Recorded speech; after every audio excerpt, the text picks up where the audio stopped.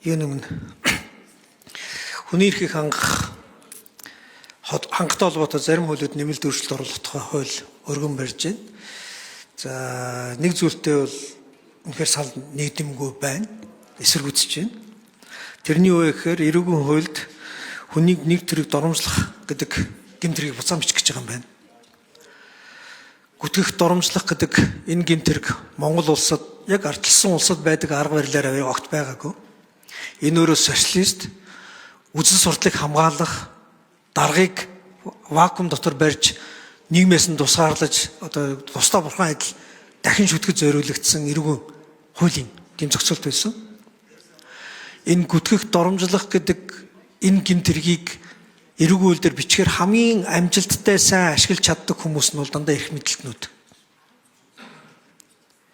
Одоо худал мэдээлэл тараах гэдэг эрүүгийн хуулийн заалтын ард уламжлалт гүтгэх гэмтрийг бичээд энэ гэмтрийг хэний эсрэг хэн ашиглаж байна гэдэг статистикийг харахад маш ойлгомжтой байгаа шүү дээ. Дандаа төрийн албан тушаалтан, эрх мэдэлтнүүд, хэвлийн эрхчлөөг боомлох, чөлөө дуу хоолойг хязгаарлах, өөрсдийг нь шүүмжилсэн тэр шүүмжлэлийн эсрэг жадлан яллах зорилготой л ашиглаж байгаа. Одоо араас нь доромжлох ороод ирнэ. Доромжлог ороод ирэхээр одоо түрүүчийн хэлдгээр 76 мал гэж хэлэхээр айгүй л дахиад шүүгдэд эхлэх байх л та. Тэгэд ийм байдлаар уламжлал социалист гэмтэргүүдийг арчилсан хүний эрхийг хангах байгаа эрүүгийн хууль руу орж ирэх бол зохимжгүй. Энэ дээр сөрөг байр суурьтай байна. За энэ эрүүгийн хуулийн нэмэлт өөрчлөлт дотор бас авууштай дэвшүүлэлттэй санаа зөндөө байгаа. Улсын хурлын даргын захирамжаар байгуулагдсан эрүүдийн шүүхийн эсрэг арга хэмжээ авах талаарх одоо ажлын хэсгийнхээ хүрээнд ер нь бол 5-6 хүрээний ажил хийх ёстой байна гэж харсан. Тэрний хамгийн чухал нэг хэсэг бол эрүүгийн хуульд өөрчлөлт оруулах.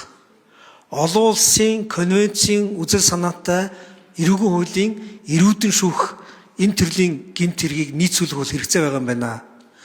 Тэгэхгүй бол манайх их явцуу цонхоор явцуу байдлаар хуульчснаасаа болоод ямар нэгэн тайлбар мэдүүлэг авах зорилгогүйгээр гэхдээ хүнийг чөлөөтэй одоо зочиж болохгүй тэр хэсэгт хүнлэг хэрцгий хандаад байгаа тэр хандлагыг энэ эрүү шүүлтийн хэсэг рүү оруулж ирч чадахгүй байгаа юм байна гэдэг тийм дүгнэлтүүд олон улсын байгууллагаас ч ирсэн, манай хүний эрхийн дотоод байгууллагаас ч ирсэн, хүний эрхийн үндэсний комиссийн илтгэлүүд ч гэсэн дурдгдсан байсан. Тэгээ энийг засгаар бол оруулж ирж байгаа. Энэ бол дэвшилттэй. Энийг засгаасаа гадна ард нь бол дахиад 3 юм үнэхэр хийх ёстой.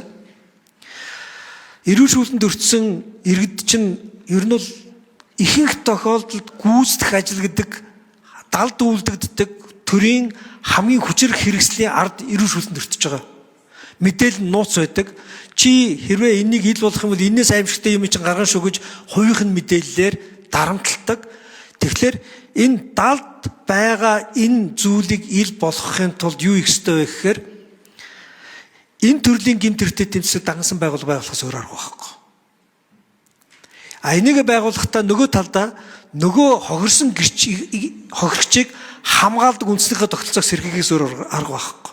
Тийм учраас засгийн газар 2024-оос 28 оны үйл ажиллагааны хөтөлбөр дурдгдсан байгаа гэрч хохирогчийг хамгаалах үндэсний тогтолцоог сэргээх хэрэг хэн шийдвэрлэх ажиллагааны эсрэг гэмт